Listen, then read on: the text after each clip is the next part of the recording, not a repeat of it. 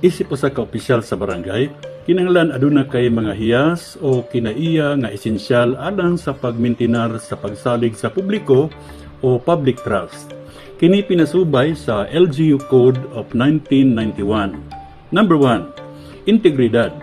Ginaingon nga ang public office is a public trust. Mao nga ang mga opisyalis sa barangay lantawon gayud ang mga priority areas. Lantawon gayud nga ma-prioritize ang kaayuhan sa komunidad labaw sa personal nga interest.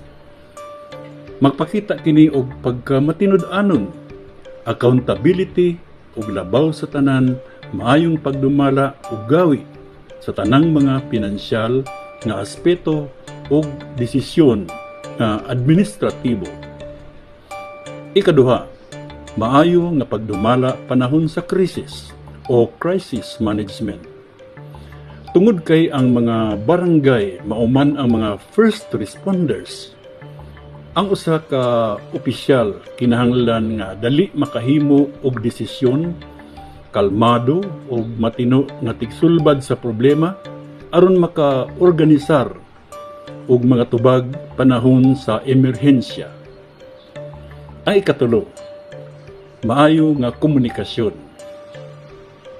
Ang usa ka barangay leader dali kaduulan og dunay kapasidad sa pagpanday og mga plano samtang aktibo nga maminaw sa mga bakho, yangungo ug mga panghuna-huna sa mga konstituente.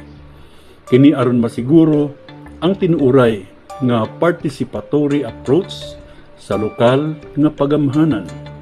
Ikaupat, dunay empatiya. Ang usa ka barangay leader tiunay nga makasabot sa pangadlaw-adlaw nga paningkamot og paningahanlan sa mga lumulupyo aron matumbok nila ang paghatod sa mga yano nga panginahanglan ug suporta sa kabus ug timawa sa mga sektor sa komunidad. Ug ang ikalima, katinaw o transparency. Ang usa ka epektibo nga barangay official hanyag nga mohatag og kasayuran bahin sa mga proyekto nga giimplementar, ordinansa, kita o galastuhan, kini aron matukod ang tinuod nga pagsalig sa publiko ug kooperasyon sulod sa kasilinganan. Kini si Angkor Mar, mayong buntag.